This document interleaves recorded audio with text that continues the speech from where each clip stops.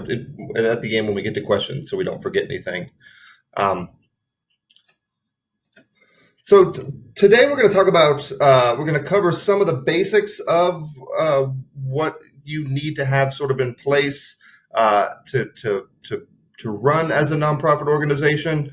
And then we're also going to talk a little bit about the sort of strategic planning aspects to being new, being small. I think things, look differently when you're just getting started. It's hard to really know, kind of what to do next, I think is kind of a common challenge. So that's something that we'll cover today and kind of give you some ideas about how to think about planning for the organization, how to think about, also planning for yourselves as the human beings who are running the organization. I think there's sort of two things that go on at the same time when we're thinking about those things.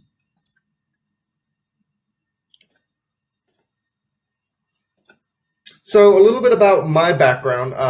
My background is mostly in running small arts organizations on the East Coast. I had a sort of arts council model. We would do alternative funding strategies to support kind of weirdo art projects that I thought were funny and I thought, other people might think were interesting too.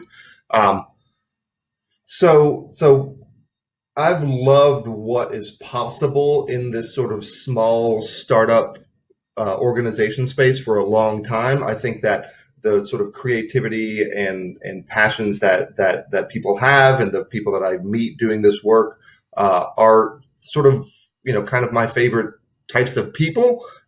So I'm excited to be able to sort of start to use some of my experience to help you, kind of not make the same mistakes I did, things that I've learned from having to sort of figure it out. Everyone is sort of in the same space of, you see something that you want to change in the community, and then you're going to, organize a group around it. And then there's a lot of sort of trial and error in figuring out how to run the business, how to run programs, how to do all the technical things. So that's what we do at Tiny Opera House. We've got a number of tools and trainings and things that are designed specifically for folks who are just getting started, folks who are running small organizations, because a lot of the advice out there is, angled towards people that have staff and have been around for a long time. And it's easier to fundraise when you've been fundraising for 20 years. You just sort of ask the same people for money again. And it's harder when you're just kind of building all that from scratch. So that's what we're going to talk about beginning today. And then we have 7 more of these webinars. It's an 8-week series. So we'll cover everything from financial management, budgeting. We'll do some about branding and marketing. We'll talk about fundraising and grant writing, and also technology and how you can use some free tools that are available online to make your lives easier. But beginning today, really focusing on just kind of covering the basics, and then talking about planning for the organization. I guess I did a little bit of my soapbox already, but I think that in order to figure out how to solve all of the problems that we have as a society and that we have, that we'll continue to have in the future, I think the continual lifeblood of new organizations, new ideas, new people. We've got someone from LA today who's got a board of all brand new people. Like, as for us as a philanthropy industry, that's this is the beginning of our pipeline for getting smart people in board roles, getting more diverse voices in boards all across any different industry. So everything really starts at this kind of grassroots level. And if we want to have more Red Crosses and more United Ways, we need to have more organizations starting so that we can have more chances to build and grow and nurture these sort of larger, impactful, mainstay organizations. So I think what you're doing is great. I am excited to hopefully be a part of helping your thinking with it and helping sort of, ideally save you time and headaches and stress, figuring out how to run this thing, and more time, doing the mission work, which is kind of what we all came here for. Okay, so I'll typically will do this. If you haven't been on any of my webinars, I'll always sort of make time for me to do a soapbox, and that keeps me from doing it in other slides. Okay, so starting with the basics. So what we're going to cover in this is the sort of basic fundamentals that you need to have in place to really start operating as a nonprofit. So there's two tiers of these. One is sort of the real kind of essential legal filing paperwork framework, and then the second tier are ways for you to sort of look like you're a real nonprofit. That's a term I'll use a lot in this whole webinar series. When you're starting out, you don't have a track record, you don't have, a real established search results, position on Google. It's important to put the pieces in place that make it so that when people try to find out more about your organization, more about the work you're doing, that they find enough to be confident that you're a real thing, right? So that's what we'll cover in sort of tier two. Tier one basics these are kind of the minimum things you need to operate. And we'll go through these pretty quickly. I imagine everyone has these in place, but if there's something that you're missing from here, this will be a good sort of reminder that it's something that, you need to kind of take care of before you can really start operating in earnest. So, super basic. You've got to have a legal entity as a nonprofit to start working as a nonprofit. Rules on this vary by state. The state government controls business filing. So you've got some filings with the state. You've got some filings with the federal government, which controls the IRS and the nonprofit status. Employer identification number. This is sort of like your social security number as a business. It's a federal program that is it's easy to get one of these. There is a sort of extra step that you've got to do to start to work and operate with your EIN. There are also a variety of local registrations that you need to have. This is something that people do forget about sometimes. Usually there's a registration with the Secretary of State to be able to solicit funds from people to ask, to be able to ask for donations. There's a separate registration you have to do. Sometimes there's a separate registration you need to do with your local tax authority to actually get exempt from not just federal income tax, but sales tax and things like that. So these vary a lot by region, but it's something, if you haven't sort of gone through a Google checklist to make sure you've got all these, it's a good thing to have to do. Bank account, I feel like this is, every time I've started an organization, this is when I, really start to feel like it's a real thing, right? When then you get your checkbook and it's got your name on it, and you can start really operating with that. We'll talk a little bit about insurance. I've thought of doing something more in depth about types of insurance. In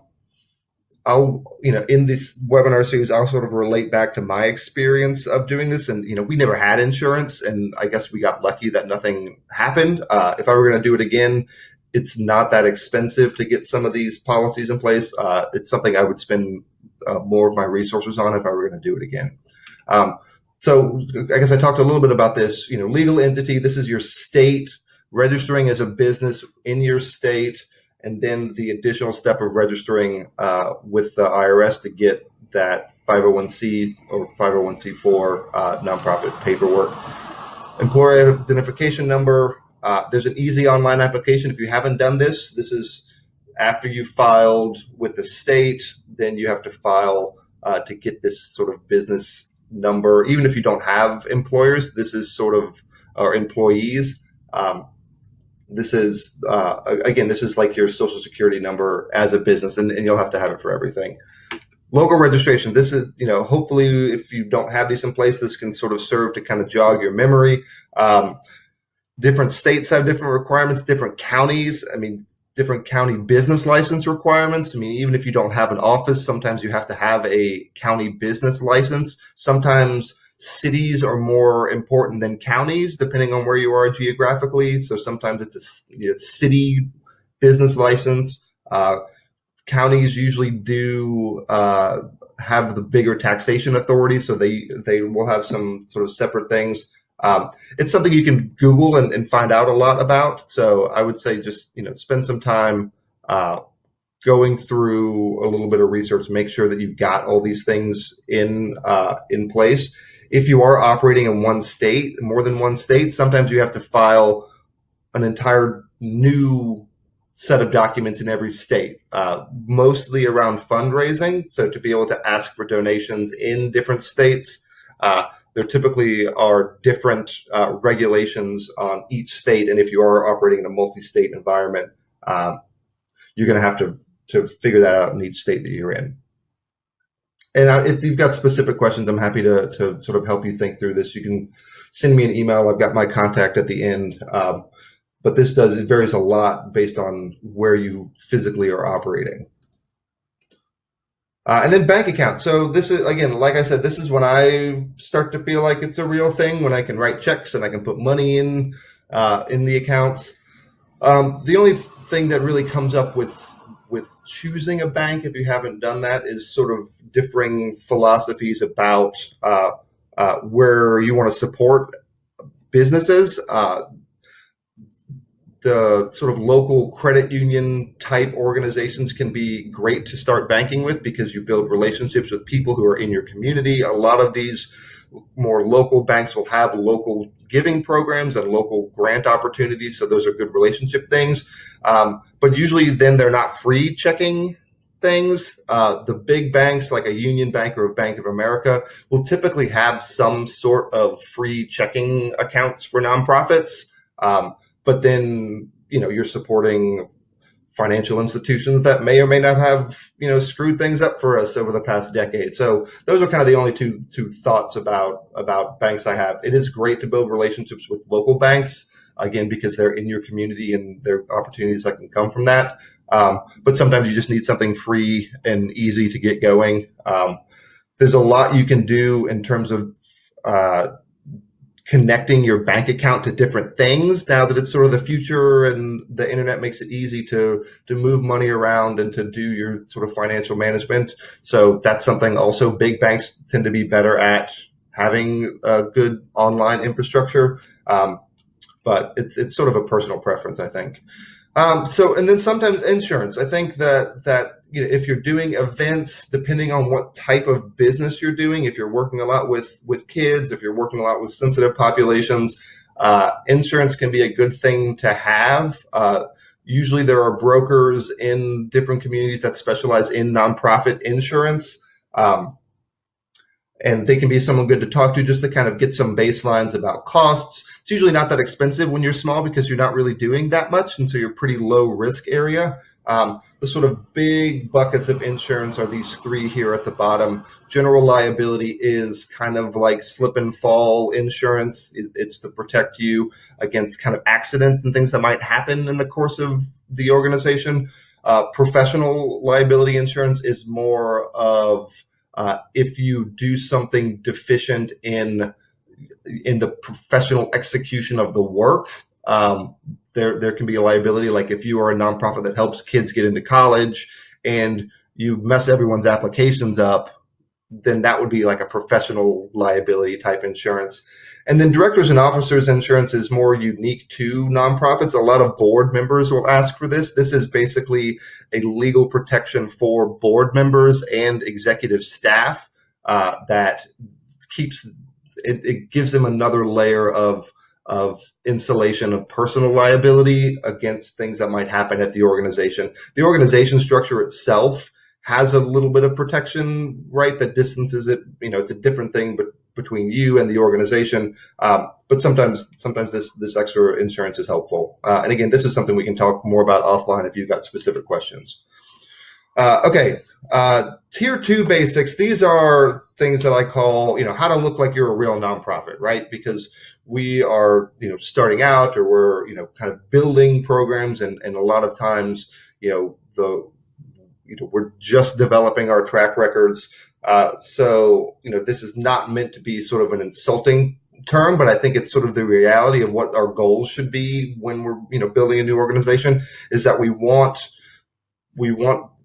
there to be enough structure in place that when someone looks into us, or we're applying for a grant, or we're applying for, a sponsorship, that there's enough stuff there to make it seem like a real organization. And for me, these are what I call the Tier 2 basics website. First thing anyone's going to do is they're going to Google they're going to Google your nonprofit. I'm going to Google all of your nonprofits after this, just to see kind of what you're up to, and so that we can stay connected.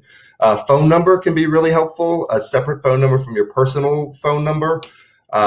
Sometimes people want to get offices. I think in the beginning, this is something we should be careful about. It's a sort of an expense that we don't always need right in the beginning, but depending on your type of work, it might be necessary. And then some basic branding elements. For me, a logo and a business card. Business cards is sort of old school, but if you meet people out in the world, their first interaction with your organization is going to be that little, business card that you hand them, and that's going to, needs to represent you, needs to have a good logo, have some good, design choices, not have a logo on the back that says printed for free at, printforfree.com. We'll talk actually a lot about this in the branding workshop that we have in a couple weeks. So as far as the website goes, when we talk about technology, we will talk about building and managing your own websites. So that's worth attending if you looking for some pointers on that.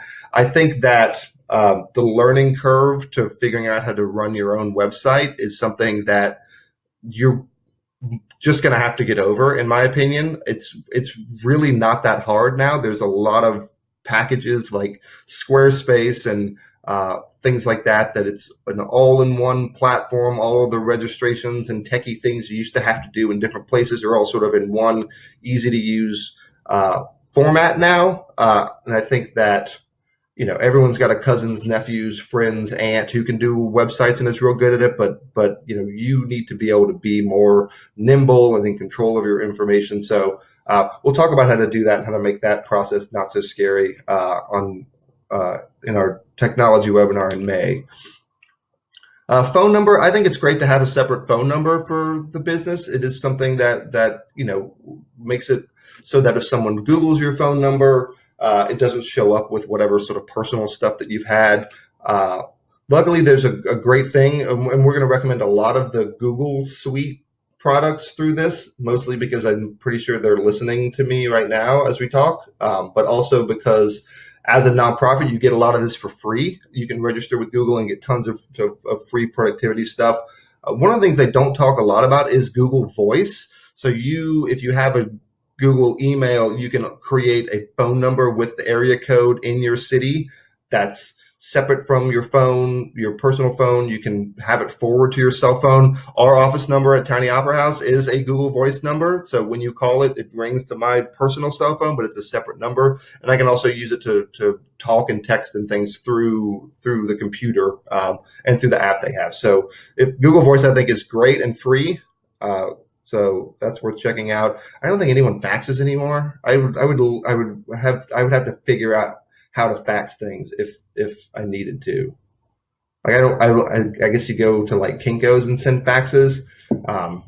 So I don't worry about having a fax number, but having a separate phone number can be really helpful.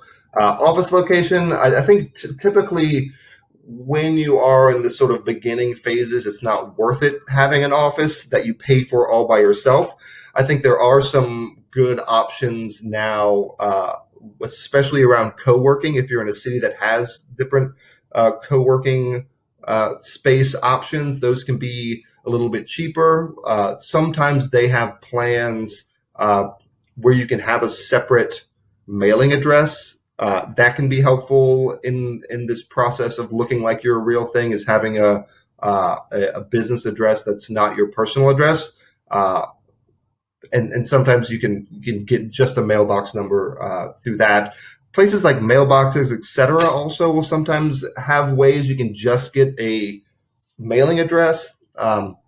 So that's accomplishes some of the goals of having a separate office, but can be a lot cheaper.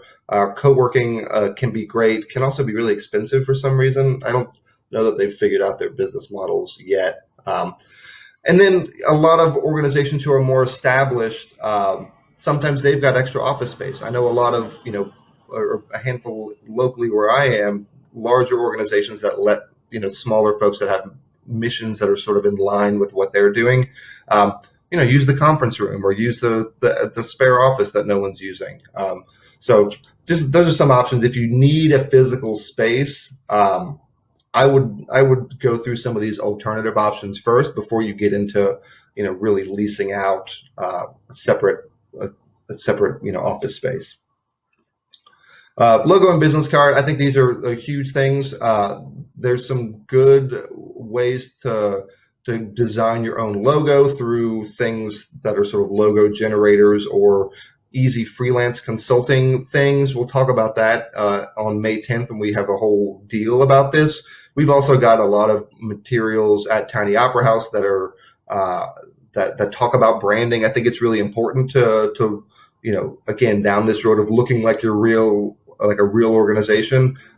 We've got a 25-page branding guide, I think, that I wrote that goes through some of these details.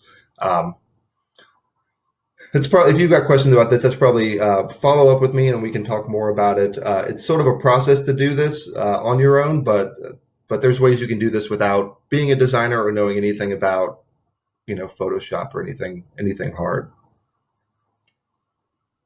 Okay. Any questions? I'm going to check the chat and see if there's any questions about sort of the structure. So C3 and the C4, there's actually a variety of different nonprofit registration types.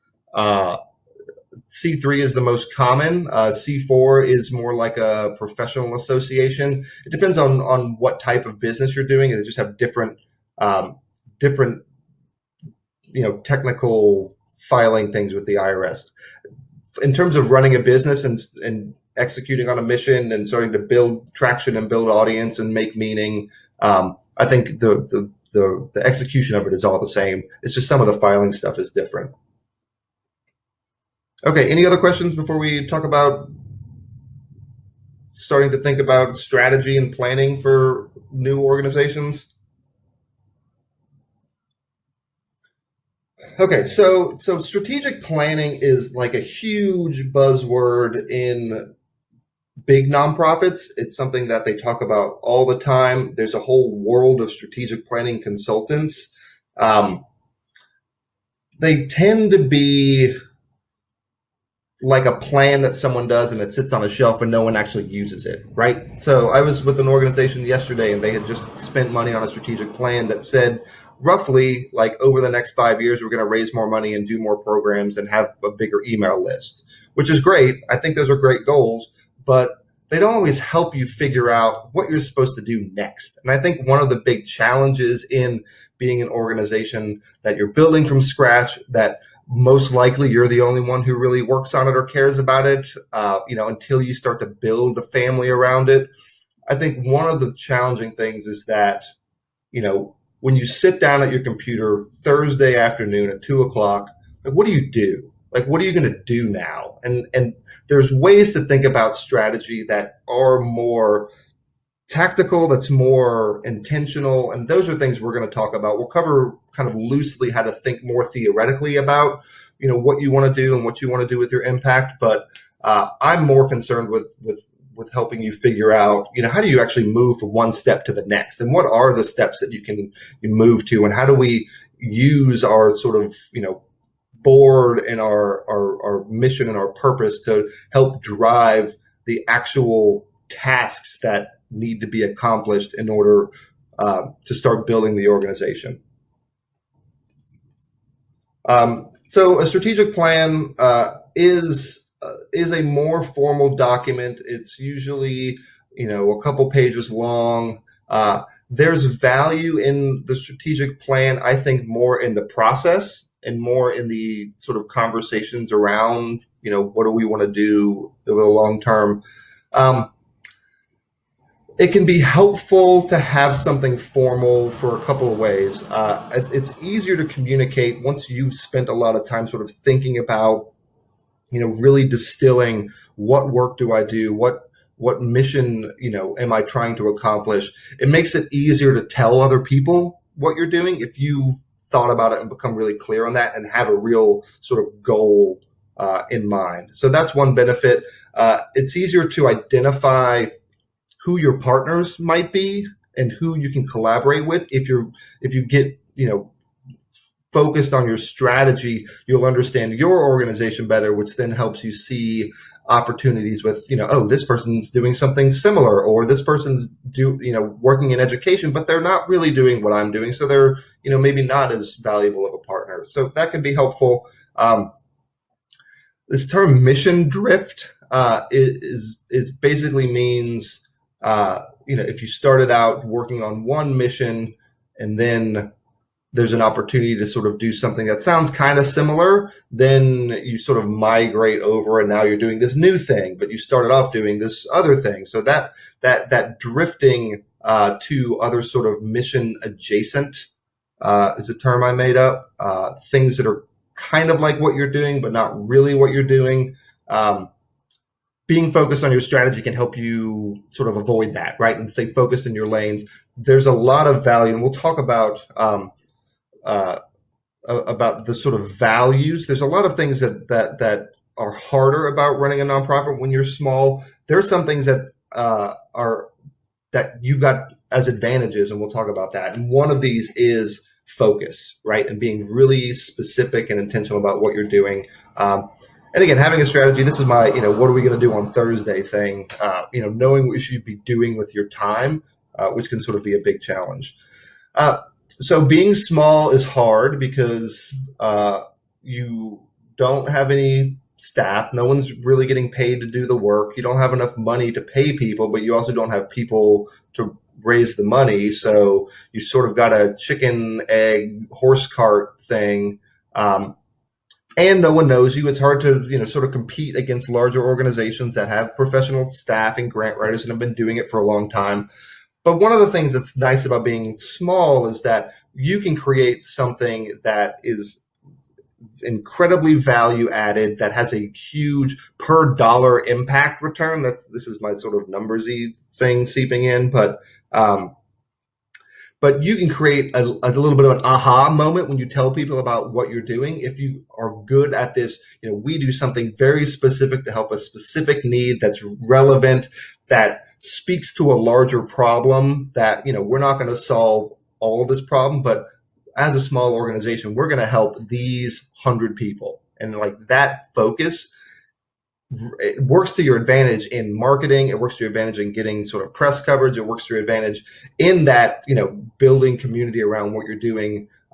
There's an organization we just started talking to yesterday that they provide fishing tackle to parents who have autistic kids, because the guy that started it likes to fish.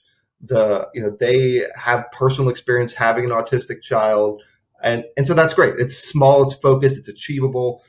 So that's what we're going to sort of help you think through in this strategy part is how do we have that focus that creates a gravity around the work that we're doing. And I think a lot of it is more time thinking about really getting clear on the mission of your organization versus this sort of more formal strategic planning process. Your mission is more of like, what is it that you do? Where do you have value? How are you making, your community, your place that you're working, how are you making a difference where you are? Strategic plan is how we're going to do this over a time period, right? So in the future, in the next 3 years, it's generally a 3 or 5 year thing. This is sort of the how we're going to do it.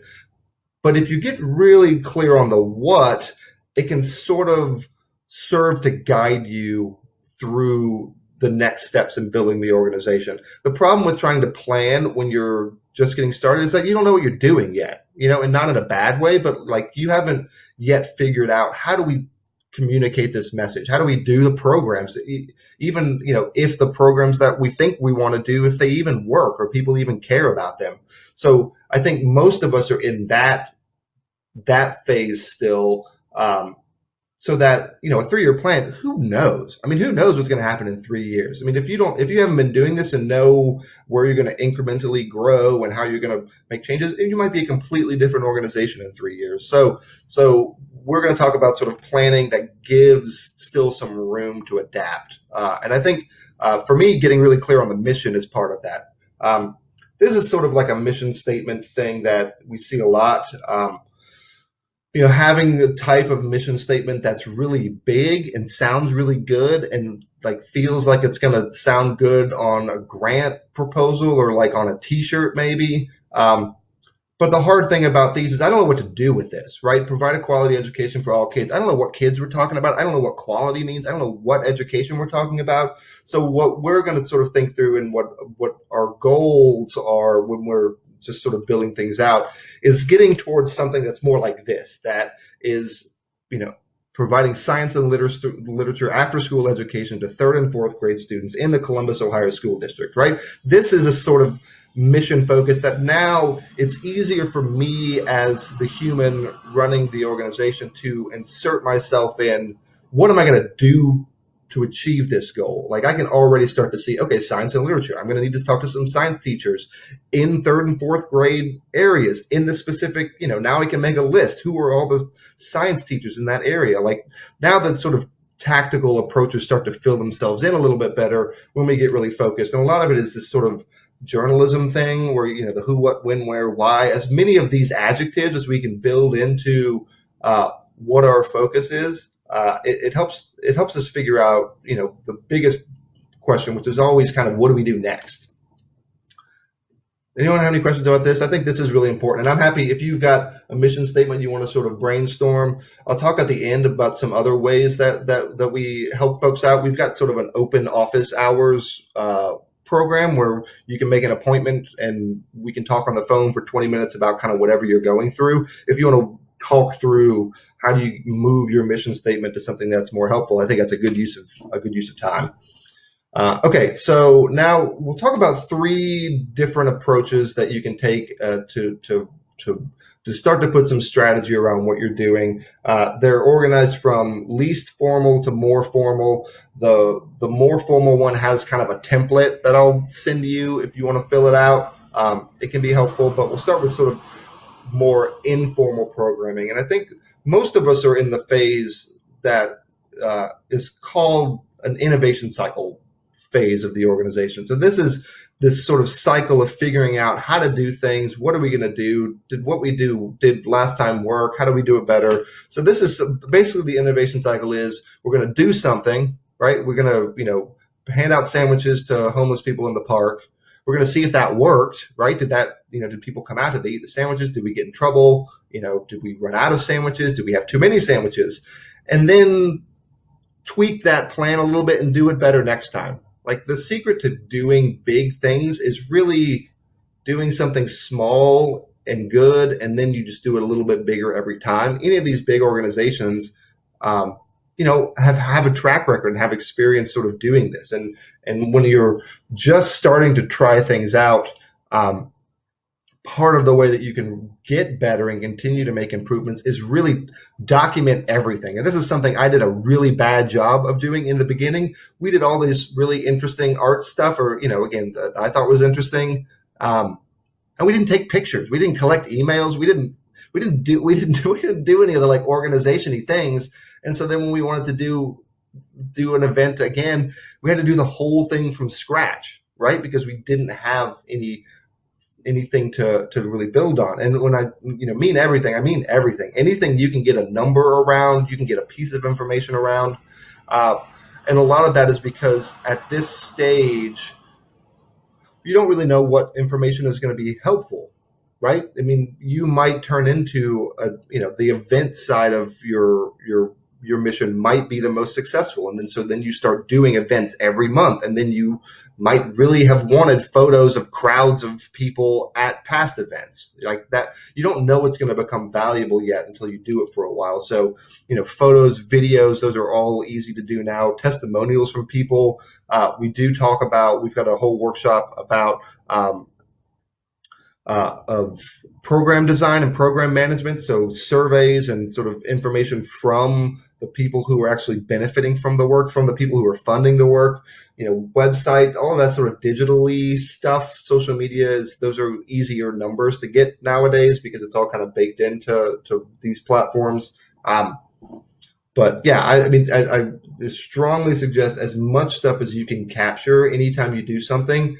Because because otherwise you don't really know what to fix, right? If you're not tracking things, you don't really know where you need to make an improvement unless you are really sort of being aware of, oh, we didn't, our website traffic was only 3 people. Maybe that's why nobody bought tickets online, that sort of thing. Yeah, because at this point you don't really know. Yeah, you don't know what information you need. So I think the default strategy should be everything. Like everything you can write down um, is going to help you as you go forward. The second in the sort of degrees of formality around strategic thinking is something called the mission matrix. And I stole this idea from a guy in Washington, D.C. He used to run the largest performing arts center in the country, the Kennedy Center for the Performing Arts. And his mission, I mean, that's a giant organization. His mission was a box. His mission was a matrix, and he had it on a card. He made all of his board members carry it around. His mission matrix was, at the Kennedy Center, we do national and international performing arts and arts management education. Those are his things. And he would have this story about every year, like the Fashion Awards or something like that, like the International Fashion Awards would want to host their award ceremony at the Kennedy Center. And he'd pull out his matrix and he'd look at it and he'd say, I don't see fashion on here. So no, we're not going to do that. And that's how you start to get that really tight focus, that easy, communication strategy around really sticking to what you're going to work on. And how you're going to make things better where you live. This can change over time, but it's something that you should really sort of set in place and then do it for a while. And then maybe once a year, maybe once every 6 months, sort of look at it and see, are we doing, taking advantage of all the opportunities? Are we having the impact that we meant to have? By being, focused on this one thing. But I love the matrix approach. We've got a matrix mission, or at least a matrix version of a mission. Anyone that I work with, just because it's, it helps keep you focused. And this is basically, if there's a box for something, then it's part of our mission and it's something we can spend time on. But in our earlier example, if our mission is to provide after-school science, after-school literature, third graders, fourth graders, doesn't have to be 2 by 2. It can be bigger if you've got different areas or different geographies. But if this is your mission and you get a call from a high school principal that says, hey, I'd love to have your program in high school, you can sort of say, well, we're not really doing high school right now. We're really focused on third graders and fourth graders in Columbus. If someone from outside, Ohio says, I think your work is great, let's try to do that. You say, well, right now we're not really working on that. And this helps, not that you can't expand to do those things over time, but you really want to make sure you're doing, the small things well before you start to kind of wander into other areas. And I think this matrix approach, I've always found to be really, really helpful. Okay. The last one we're going to talk about is the most formal planning tool that we'll cover.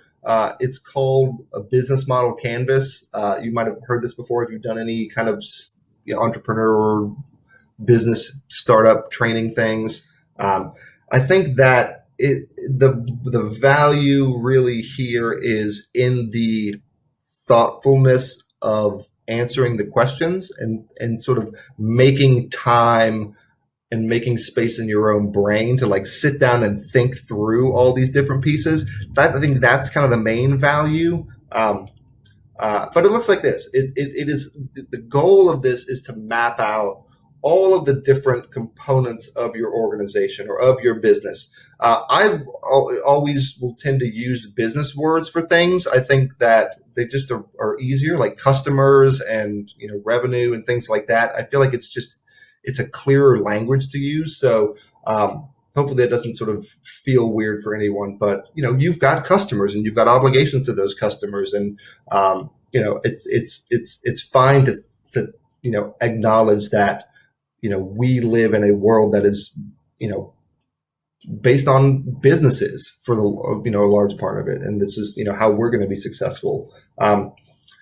So I'll go through these boxes real quick. Again, I've got a kind of template of this that you can fill in on your own. But basically, the process, you go through each one of these things and you answer questions and you kind of fill it in, and that gives you kind of a more formal guide to how to proceed with your organization. So starting with customer segments, who are we serving, right? Customer segments are interesting and challenging in nonprofits specifically because we have in our industry a problem called redirection economics, which is another term that I made up.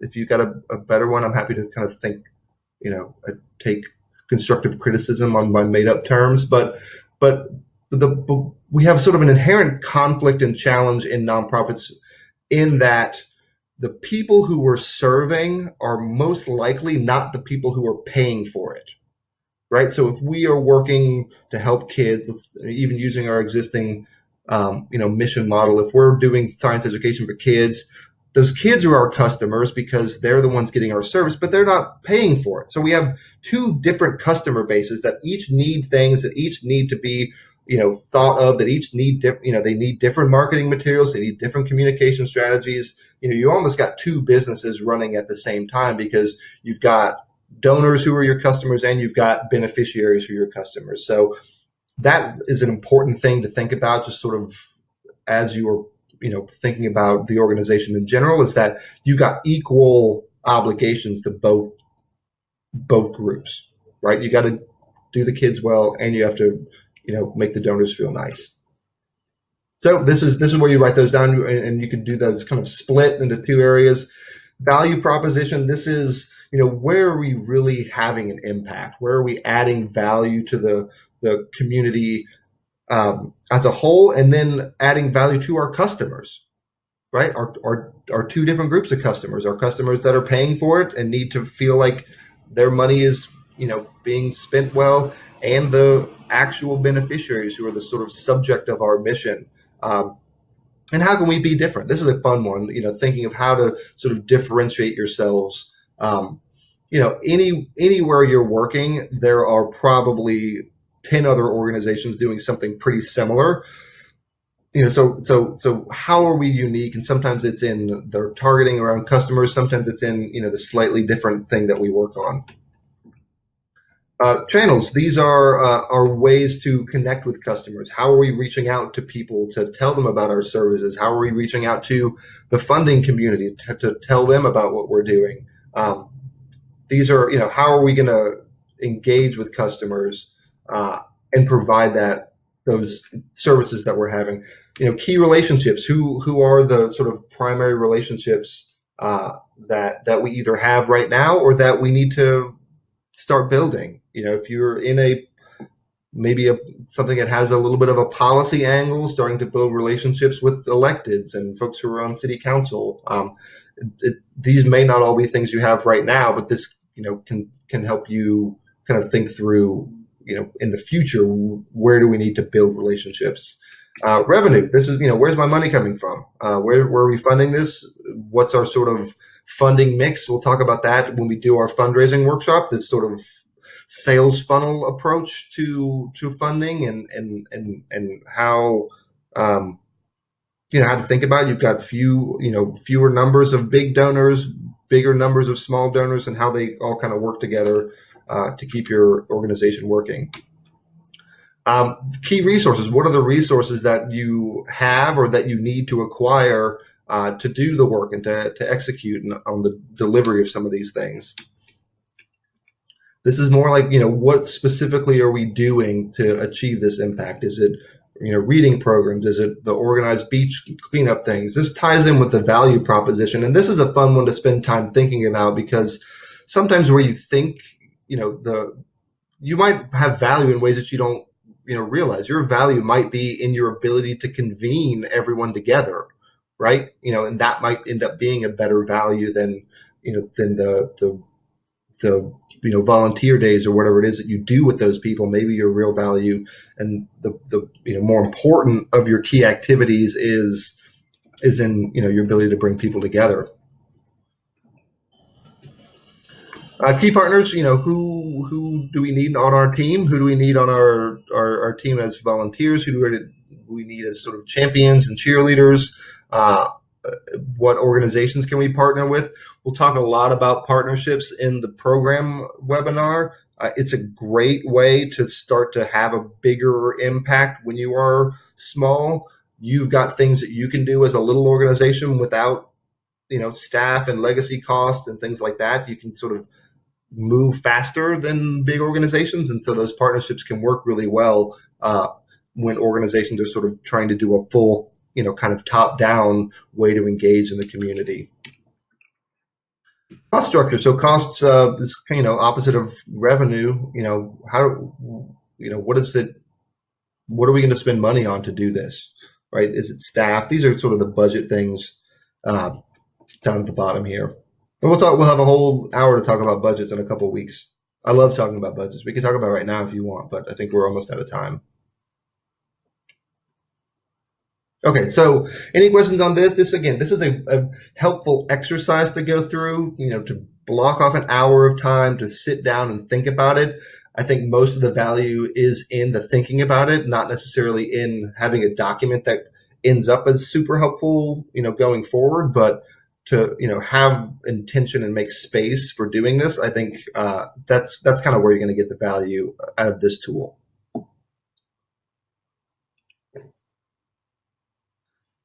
And the last thing I want to talk about, this is sort of a soapbox thing, but I think it's important to sort of make room in your brain and in the sort of spirit of the organizations to make room for a lot of different versions of success, right? So I used to work with a lot of bands when we were doing kind of music programming stuff. And there's this idea of making it, right? This a band, they really made it. And if you ask an artist, or if you ask a band what their goal is, a lot of the times the answer is, I want to make a living doing this, doing my art or doing my music. And I'm an optimist, and so I think anything is possible, especially with the right strategy, the right resources, the right time, the acknowledgement that you just have to do the work, and it's not super sexy, and it's not always glamorous, but that sort of grinding it out. I think you can do anything that you want. But if let's say you are a band and you want to make a living doing this, that means you have to play birthday parties, and you have to play music that other people want to hear, right? Or if you're an artist, you have to paint things that people want, and not necessarily what's in my soul and what's helping me express my life. But you've got a whole, your customers become more important, and that delivery to customers becomes the most important part of that. And I sort of say that anecdote because I think that there is sort of inherent pressure to feeling like the organization has to grow, and the organization has to, be bigger last year than next year, and it needs to have people on staff, and the ultimate goal is everything to kind of become the United Way or become these huge organizations. And I think there's a beautiful version of all of this where it is sort of a side project, or it might be something that you help 50 people a year, right? You do one event, and that that event is great. You can growth and scale, if you can do it, is tremendous, because it means you can help more people. But helping 50 people is better than helping no people, right? And you never know how those sort of multiplier ripple effects are going to happen. So I think that there's a lot of different versions of success, not only for the organization, but for you as a person, right? Because I imagine this is everyone's sort of side hustle right now. I think that that's sort of okay. I think it's okay if you have, you've got a day job, and on the weekends you're, doing autism awareness or doing community building, through different education things. I think that's awesome. And I think everyone should have, some sort of version of that. So, so I want to give you the sort of, I don't know the word, they give you sort of the license to acknowledge and to daydream around different versions of making it than building a giant organization that has people on staff, because any helping 5 people is great. And if that's what this organization evolves into and fits with your sort of web of things in your personal life of, family and work and, mission, I think that's great. And I think sustaining something like that over 5 years, 10 years, I think that is as good of a successful outcome as anything else that you can hope for. So I guess I should put Soapbox on this one too. Um, anyways, so some other things that we do with the Tiny Opera House. So we do these webinars and workshops. Right now, this is the first of a whole series. We've got 8 weeks, and I'll show you the calendar in a little bit about what's coming up next. We do what I call an office hours program, where you can, if you go on the website and click under resources, you can make an appointment online, and we can talk by phone, either with me or someone on my team who can help you think through fundraising or strategy or branding, technical website things. Sometimes we help out with accounting things. You want to talk about accounting? I can always talk about accounting stuff. But yeah, I think there's lots of specific questions, and that's sort of our way to make space to kind of help specifically. And the main sort of portion of our business is this financial management tool that we have available. It's super easy to use. We've got organizations all across the country that are using it. Spending time trying to figure out financial reports is not a great use of your time, I don't think. So we built some tools to make it so that it's easy for you to do that. So you don't have to figure that out, and that you can spend more time figuring out how to do the work and how to do the mission, which is why you started the organization in the first place. So if you are interested in that, we can do a demo. Just send me a message. We've also got this really great thing. Last time I did this webinar, it was just sort of a fledgling thing, but we've got a private Facebook group that is for startup and small nonprofit leaders to talk to each other, to collaborate, to commiserate sometimes, but really see and feel that there is a community of people. I know it can feel very sort of isolated, when you're the only one that cares about it. You've got to do all the work. It feels like you're sort of doing this in a vacuum, but there are literally thousands of organizations and people running organizations that are just like yours, that are in the same position as you are, trying to figure it all out. And so we've been spending more time with Tiny Opera House trying to build those communities and help flush out some of this commonality. There's, I call it the "fuck it, I'll do it myself" instinct, which is, you see something in the community and you have stepped up and said, I can be the one that fixes this. I can be the one that helps this. And that instinct is the common thread that everyone has. And I think that, goes a long way to showing that, there's more alike than differences in the people that are starting and trying to make these things work. Okay. So if you're interested in that, send me a note and I'll invite you. I have to invite you through the Facebook thing for some reason. I haven't figured out how to do it great yet. Anyways, so here's the rest of our webinars for the next 7 weeks after this. We're going to do 2 weeks of financials. This is financials and budgets and understanding them. This is, we spend some time on this because it's important, and it is, kind of how you communicate to the world what your organization is up to. We'll also have an hour on fundraising and grants, then talk about board development. This is something that, it feels very Wild Westy when you're building a board for a small organization, but I think it's super, super important, not only for your org, but for our universe of philanthropy, because you are on the front lines of finding people to get into this board member pipeline that, in 20 years will be on the board of the Economic Council or the board of something big. But, you're providing someone's first experience to this world of board participation. So I think that's really important. So we'll talk about that some.